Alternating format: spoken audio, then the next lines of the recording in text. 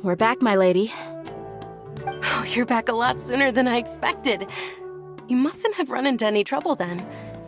Well, how did it go? What did you come up with? Actually, we're still investigating. It's just that we've discovered something strange. I see. The clues you found have led you back here, in the city? Something like that. Yeah. You all look a little dispirited. Whatever you found must not have been very encouraging after all. Why don't you discuss it with me? Maybe I'll be able to say something to cheer you up? It's okay, my lady. It's not so much about me being upset with my father or anything like that. How should I put this? So something is wrong. Even the Traveler and Paimon have been uncharacteristically quiet. On any other day, Paimon would have already waved to me with a smile and shouted, "Dunyarzad, we're back!" So tell me, what happened? Well? My lady, please prepare yourself for what we're going to tell you next. It concerns the Master. The Master? You mean my father? Okay, I understand. Don't worry about me. I'll listen as attentively as I can. My father has been supplying goods to Dakan al-Akmar? Yeah, it makes as little sense to us as it does to you. I've never doubted the Master's integrity, so I'm having a real hard time rationalizing how he could ever support an infamous brigade like them. Maybe he's not actually aware of the full story and just stumbled into the deal by accident. I can't help but agree with the Traveler. Huh? You mean you feel the same way, Dunyarzad? Thank you for sharing all this information with me. Since you've told me everything you know, I should also tell you about some doubts that I've been harboring for quite a while. In the past, I thought that my father hired a bodyguard for me so that I wouldn't run away and get lost. However, there are plenty of capable mercenaries in the Corps of 30. Why did my father go out of his way to hire Dehya? About that. Well, the Homayanis really needed bodyguards, so they reached out to the Blazing Beasts. Later, the Master told me that I was one of the best mercenaries he'd ever seen, and that I should stick around to become one of his bodyguards. He offered me a pile of mora, so I just signed on. Well, but that didn't really answer my question. Just think about it. Why did my father specifically reach out to the Blazing Beasts? Maybe the Corps of 30 just didn't have anyone available, or maybe someone recommended us. I've never given it too much thought. I think I get what you're saying. You'd think none of this was a coincidence. Precisely. At first glance, nothing seems strange or out of place. But there are many parts of the story that don't actually make any sense. If my father had always been in contact with Dakan al-Akmar, then it would make sense for him to bring Dehya into our house. You mean the goal all along was to get Dehya to be your bodyguard? No, that's too much of a stretch. I cut all ties with my father a long time ago. He has no control over my life anymore. But that still doesn't rule out the possibility that your father has still been trying to influence your life without you knowing. So, the Master was not likely an innocent victim in all of this? Sorry we put all of this on you so suddenly, Dunyarzad. It's okay, Paimon. I should actually be thanking you. Regardless of his reasons, if my father has truly been funding a violent group of mercenaries, then it's my duty to bring him back to reason. But is that really the right thing to do? My father has committed many atrocities and deserves all the punishment that he has coming to him. I have zero sympathy for him. You may call me an ungrateful child, but my feelings will remain the same. However, the Homayani family has treated me with nothing but generosity and kindness. If we decide to investigate this further, we could end up implicating the entire Homayani family. I would be biting the hand that's fed me over all these years. Dehya. It's all right, Dehya. If anyone were to ask, you could always just say that I'm the one who instructed you to get to the bottom of this. You don't have to do that, my lady. I'm not conflicted because I'm afraid of taking responsibility. Besides, you're the one we should all be worried about right now. Hey, it's still too early to give up hope. What was the thing about friendship again? Right, yeah, trust! You said that yourself, Dehya. Besides, there's no point on getting all riled up before we've confirmed all the facts. Thank you, everyone. That makes a lot of sense. I guess I should always remember the trust that I've placed in people. In which case, my lady, could you ask the Master to come out and have a chat with us?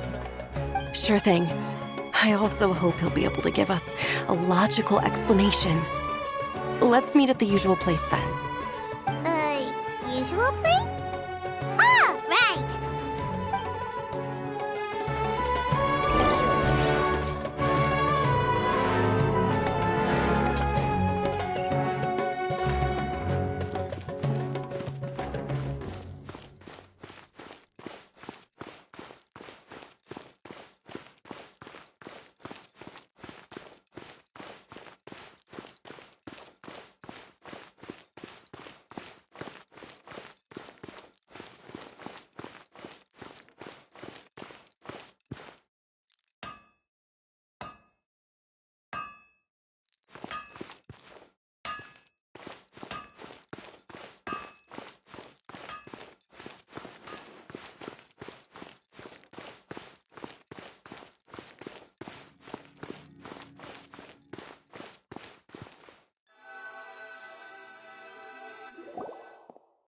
Thank you for coming, sir.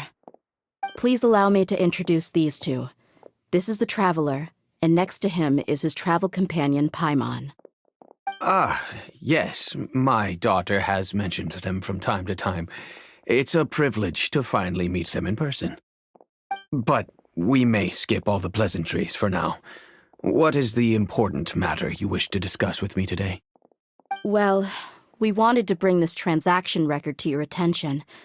There's something on this record that we're all pretty curious about.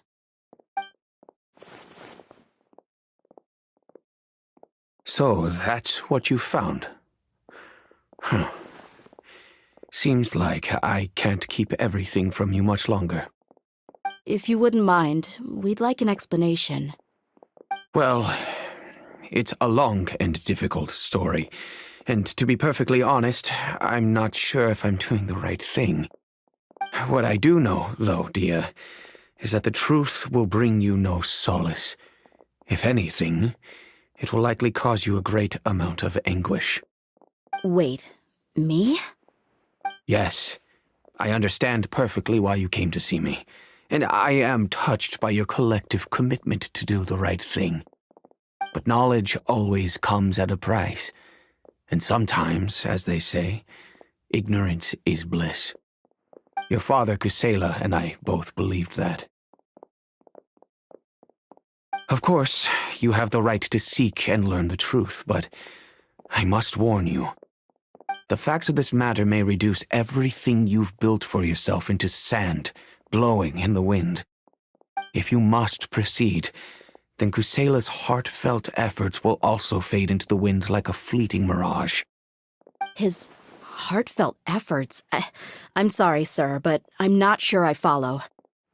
I've made it this far in life without a single drop of my father's support. I have my own ideals and ways of looking at the world, as well as people and causes that I've chosen to cherish and fight for. None of these things have anything to do with him. I came here today to support you as the head of the Homayani family. No warning will change my stance on that. I understand. Then let me tell you a little story. Our family once needed to take a trip to the desert when Dunyarzad was just a baby. Along the way, we were attacked by bandits. They had superior numbers and quickly overpowered our bodyguards. When all seemed lost, a group of passerby Eremites lent us their support. Those Eremites were Kusela's brigade, Dekan al-Ahmar. Kusela's men told me that the attackers were Eremite mercenaries, just like themselves. I was shocked.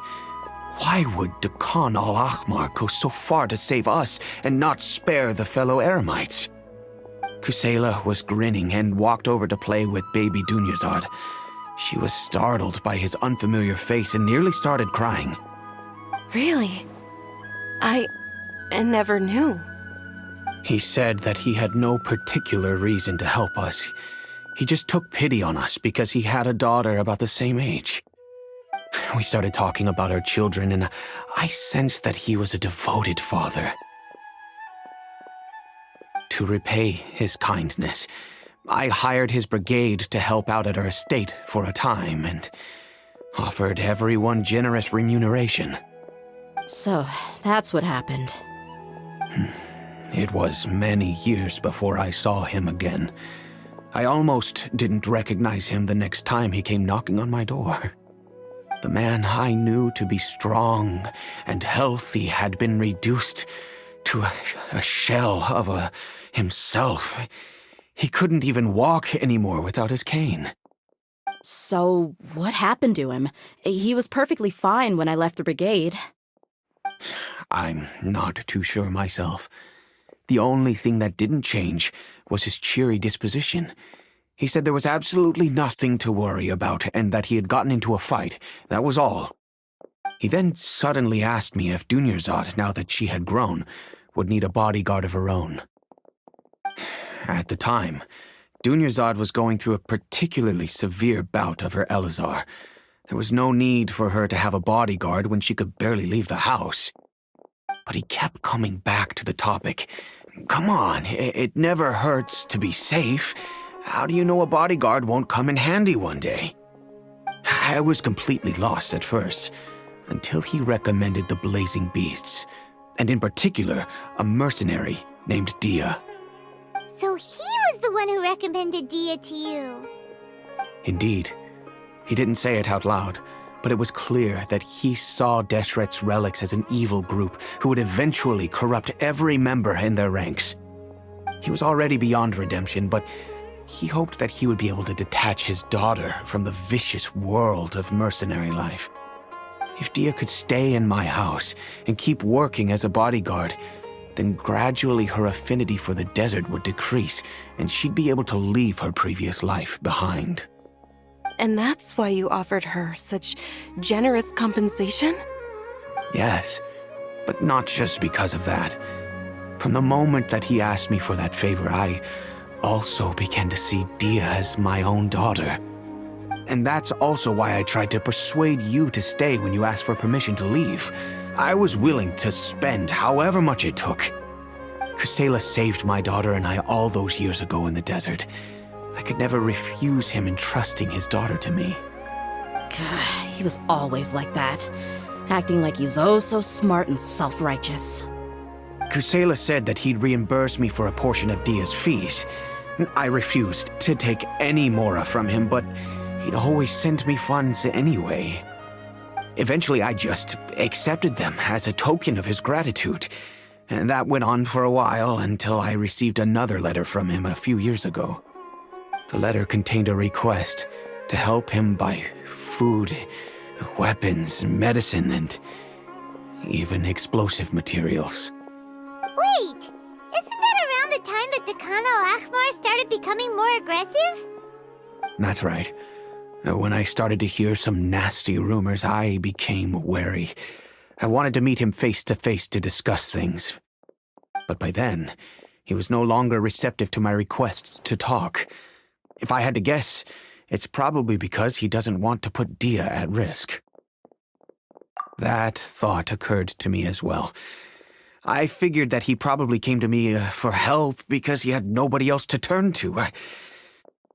After some deliberation, I decided to send him some food and medicine. I turned down all his requests for explosives and weaponry. I am aware that even such a reduced gesture of support could lead to others coming to harm, but I could not simply reject his plea for help. In the end, it probably was the wrong decision. I plugged my ears to the rumors and just chose a solution that made me feel least guilty about myself. If you can, please tell me where he is now. None of the things he's doing right now make any sense if he's just trying to keep me from getting tangled up in his world. If all he wants to do is steer clear of me, then maybe he shouldn't have brought me into this world in the first place. Oh no. Dehya, please don't feel that way. I'm just angry because I can't wrap my head around any of his actions. Another way? I don't know. I knew him, and he was nothing more than a childish brute. I can't understand what's going through his head. But I guess you do have a point. We haven't uncovered the whole truth yet. We still need to figure out his exact actions and reasoning for these last few years. I'll do my best to help. Of course, anything between the two of you would need to be resolved between you and him alone. I don't know Kusela's exact whereabouts. Outside of supplying his brigade with some goods, I tried my best to avoid getting involved any further with him. However, there's a man on the list named Jawed. He used to be a mercenary in the desert and is now a member of the Corps of 30. He's responsible for supplying weapons and liaising with the Khan al-Ahmar's merchant caravan. I think he should know Kusela's whereabouts. I've heard that he likes to have a few drinks alone and enjoy the cool wind at night outside the tavern. Maybe you'll be able to find him there. Understood. Thank you, sir. Then I guess this is bye for now, unless... I'll stay and be with my father here. To be honest, I'm still a little dazed and haven't finished processing everything quite yet. My father has indeed done something wrong, but if I think about it, I'm also not sure if there was a right way to handle this problem. I feel like our only course of action is to turn everything we know over to the Corps of 30 and let them render judgment. Yes. I am prepared to accept whatever verdict they choose. It's time to face my mistakes.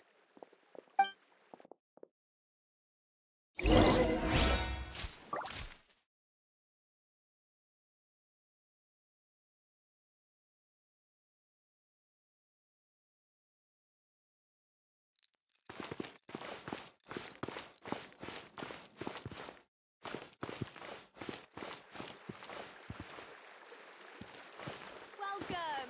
I hope you'll have a wonderful day.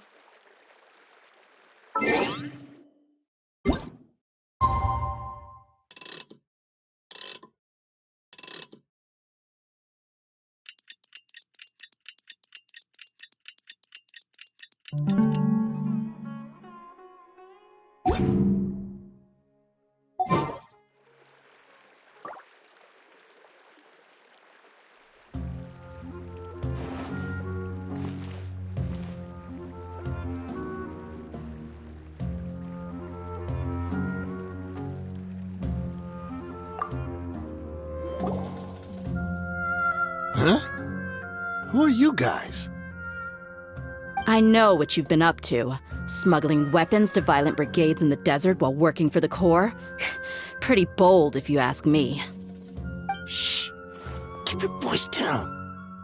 How do you know all that? Come with me. We should take this elsewhere. I'll be happy to talk things over once we're somewhere private.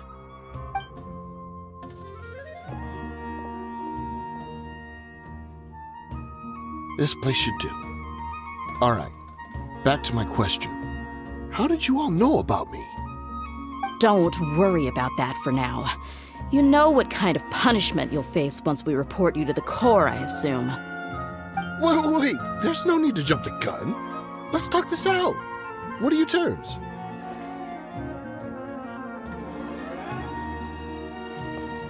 So what's in it for you anyway, Mora? Well, I was a little tight on money at the time, and Kusela took good care of me in the past. I weighed it in my mind, and I couldn't find a reason to turn the opportunity down. I wouldn't only be helping my benefactor, but I could also make some quick Mora. Let me tell you how it is. We're investigating Khan al-Akmar, and we're gonna put an end to their operations. If you provide some help for us, then we might just put in a good word later to reduce the terms of your punishment. Hey, why don't we discuss this a little first? Listen, I made quite a bit of Mora from my last run. Just give me a number, and I'm sure we can... Shut it. My patience is running out. You should know when a mercenary is after something other than money. All right, sheesh. But you gotta promise you'll put in some nice words for me later. They're always on the move. Here's the spot they were at the last time I made my delivery to the desert. Feel free to go have a look. I'm just telling you though, it's not on me if they're not there anymore. Sure. And then you can forget about any nice words from us. Hey, come on. Now you're just being unreasonable. Really? And how do I know you're not leading us straight into a trap? Don't forget, you're the one with no bargaining chips. All right, I get it. Why don't you go take a look, and if they're not there anymore, I'll try to figure out something else for y'all. Now that's more like it. Let's move. And as for you, try to stick around the city until we get back. You don't want us to call the folks from the Corps and have them drag you back to the city.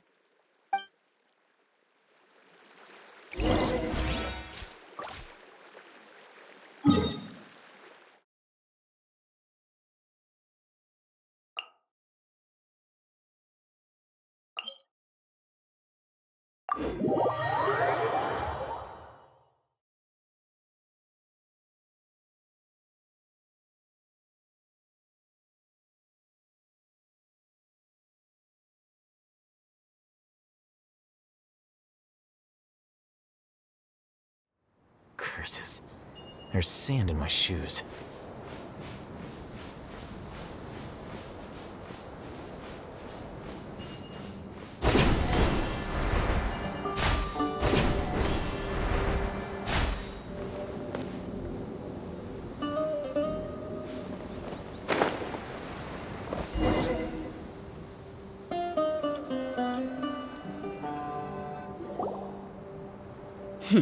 Seems like we're in luck.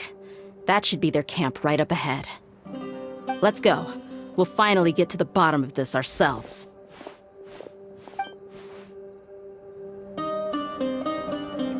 I'm here to see Kusela. Tell him to get out here. Dehya, why are you here?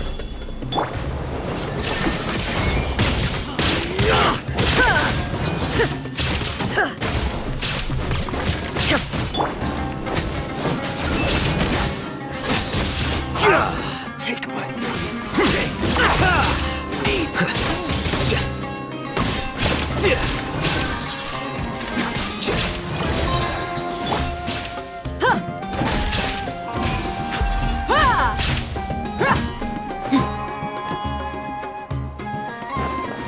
Where do you think you're going? Haven't you all done enough? Oh, so are you also here to stop us? Stay out of this. It's got nothing to do with you.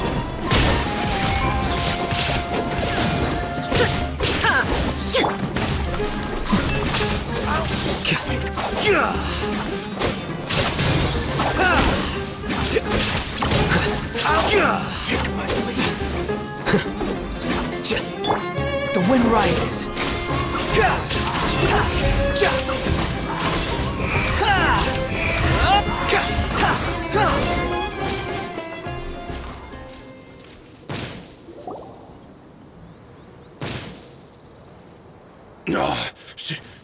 so strong? Enough fighting. We all know each other, and I don't want to take things too far. Just bring Kusela to me. There's no use hiding him anymore. Did you understand a single word I just said? Or do I need to bash your skull in some more?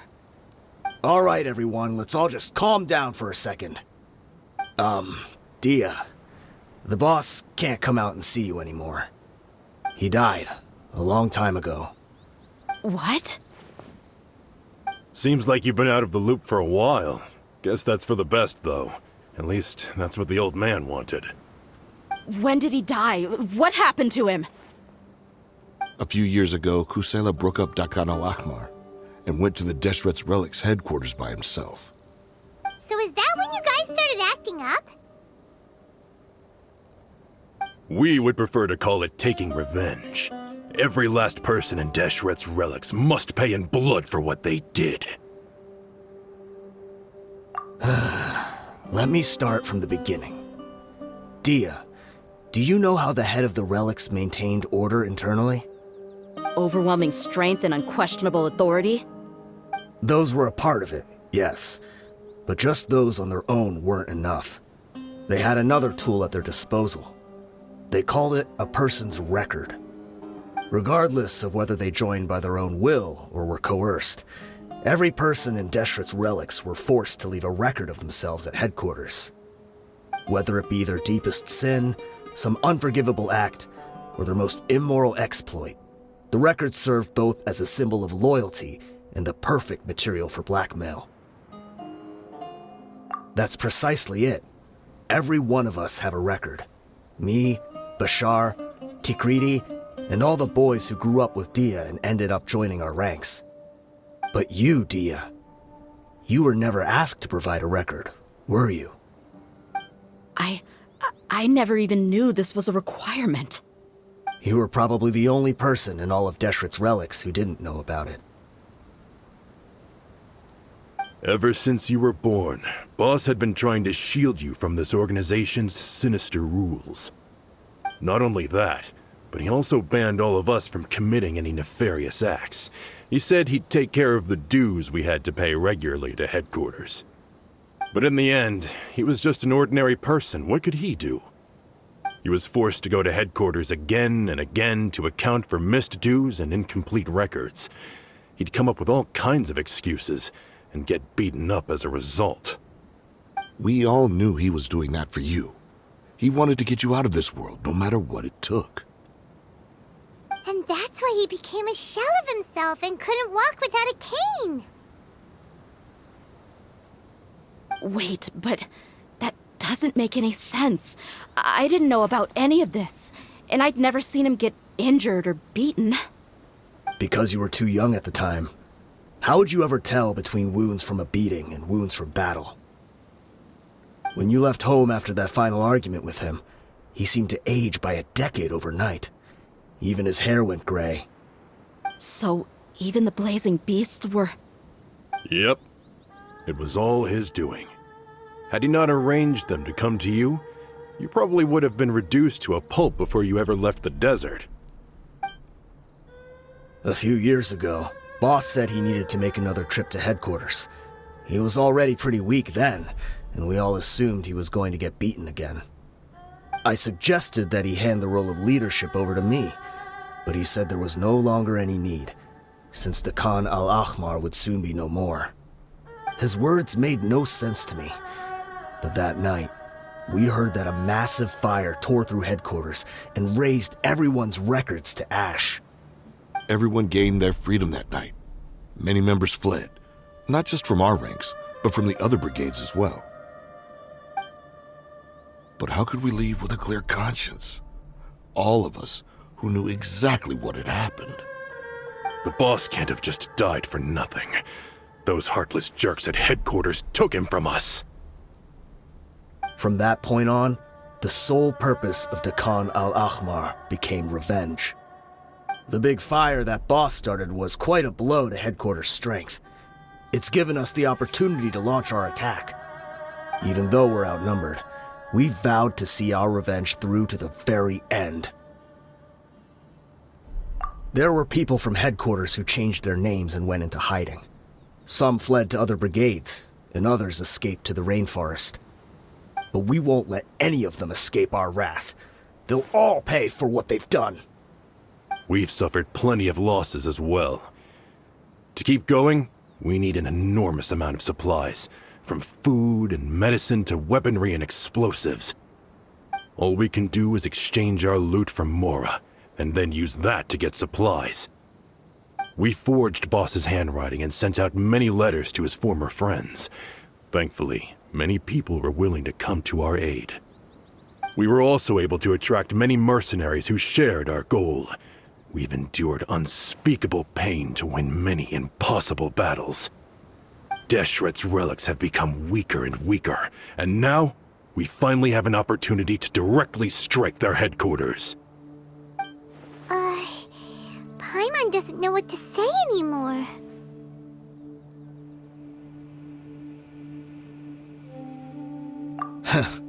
We do know right from wrong, but we were sinners from the very beginning.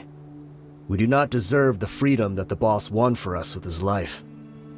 Boss always loved his old-fashioned hero stories. Those tales about sacrificing yourself to save the world. We used to always laugh at him for it. But in the end, he really went and lived those stories out himself. As for me, I never considered myself a hero. We're all the lowest of the low. We have no right to even imagine such an existence. But maybe those hero stories he liked foreshadowed everything that was to come. The spirit of the hero touched all those he had saved, and more people joined his cause. Maybe we were all just acting along with the play in the beginning. But as we acted the parts and recited the lines, we were drawn in. And now, we want to see the story through to the end.